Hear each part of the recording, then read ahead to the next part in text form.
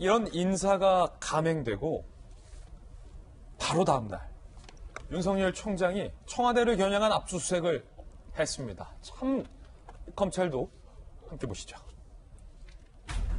인사 다음 날 청와대를 겨냥한 윤석열의 마유의 압수수색. 어디를 압수수색했냐면 국가균형발전위원회예요. 근데 여기가 대통령 직속이에요. 옆에 좀 간판 사진 제가 일부러 넣어놨는데 보시라고요. 대통령 직속 국가균형발전위원회. 여러분들 보시라고 제가 직접 사진 찍어서 옆에 제가 넣어놨습니다. 이렇게 수석 다 잘리고 바로 다음날 대통령 직속 기구를 검찰이 압수수색 들이닥친 거예요. 그래, 해라. 나도 내 할 일을 한다.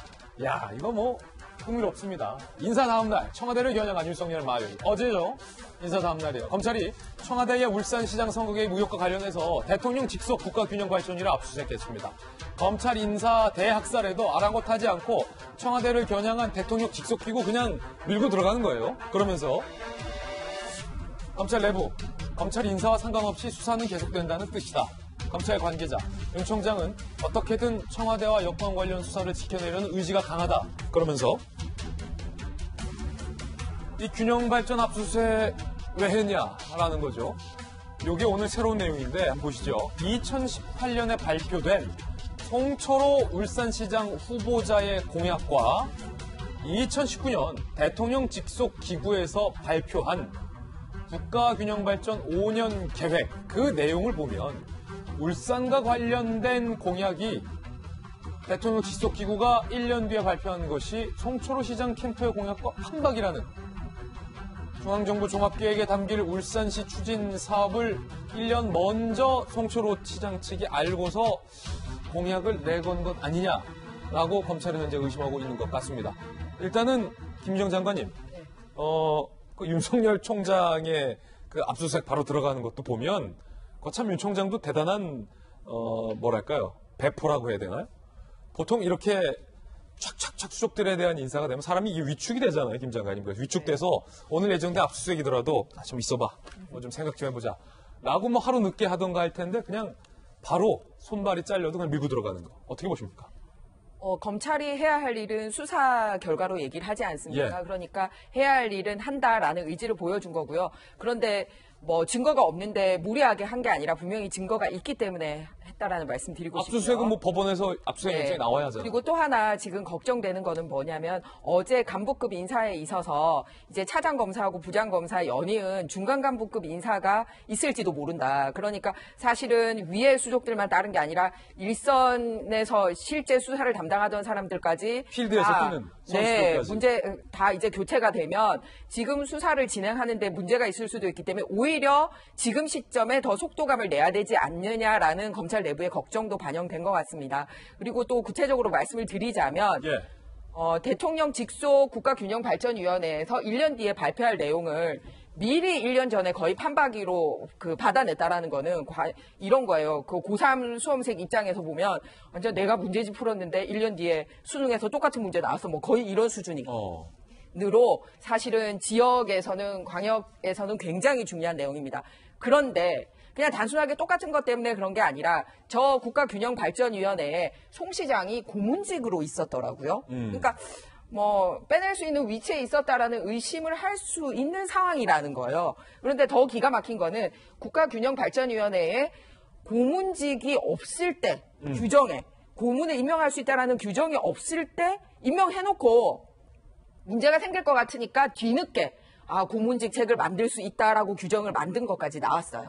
그리고 또 하나는 저게 나온 것 중에 제목은 바뀌었지만 김기현 시장이 한다라고 했을 때는 예타를 핑계 대가지고 자초시키더니 이게 국가균형발전위원회를 통해서 제목 바뀌고 난 다음에는 예타도 다 면제가 됩니다. 이런 식으로 해서 사실은 미리 타임머신 타고 가서 1년 뒤에 가서 보고 온 듯한 이런 거를 한 게 우연인지 뭔지 밝혀야 되기 때문에 당연히 압수수색을 할 수밖에 없었다라는 말씀을 드립니다. 그 김관삼 변호사님이 검찰 내부에 있으니까 좀 여쭤볼게요. 보통 검사들이 여러 사건을 수사하지 않습니까? 근데 수사를 하고 있었던 검찰 책임자들이 이렇게 대거 어디 뭐 바다 건너 아니면 저기 뭐 연수원장 혹은 뭐 저 부산까지 이렇게 가게 되면 진행 중이던 수사도 일단은 좀 하루 이틀 하고서 뭐 새로운 사람이랑 하거나 뭐 보통 그렇지 않습니까?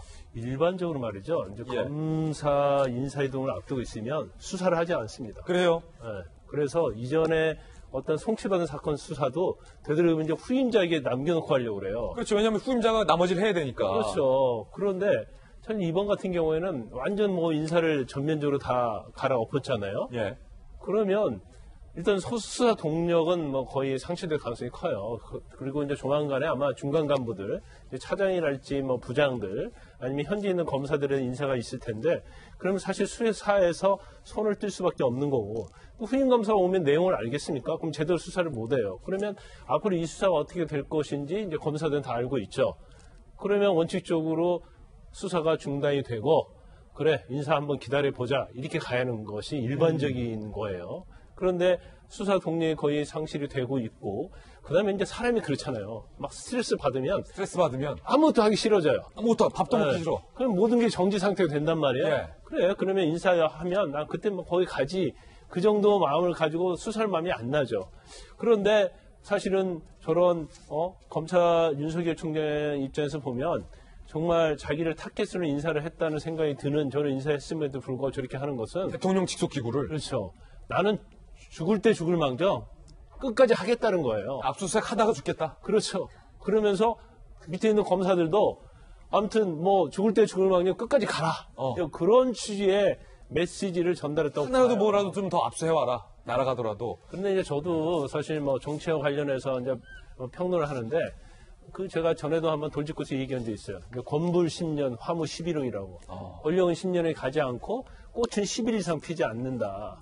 그럼 사실 윤석열 총장이 뭐 앞으로 권력 얼마나 누리겠어요? 얼마 남지 않았어요. 한 1년 6개월 남았지 않습니까? 뭐 현 정부도 마찬가지죠. 물론 이제 다음 정권도 계속 이어갈 수 있지만 지금 정권에 있는 사람도 사실 10년 넘기기 어렵거든요. 그러면 권력이 굉장히 무상한 거거든요. 그렇기 때문에 사실 윤석열 총장 입장에서는 아마 그런 걸 좀 깨닫고 있지 않는가. 그러면 나는 끝까지 하다가 전사할 망정 끝까지 가겠다. 이거 굉장히 이 여당이나 청와대 입장에서 보면 굉장히 곤혹스러울 할 거예요. 그렇군요. 그런 메시지가 이번 압수수색에 담긴 것이다. 라는 의견 들어봤습니다.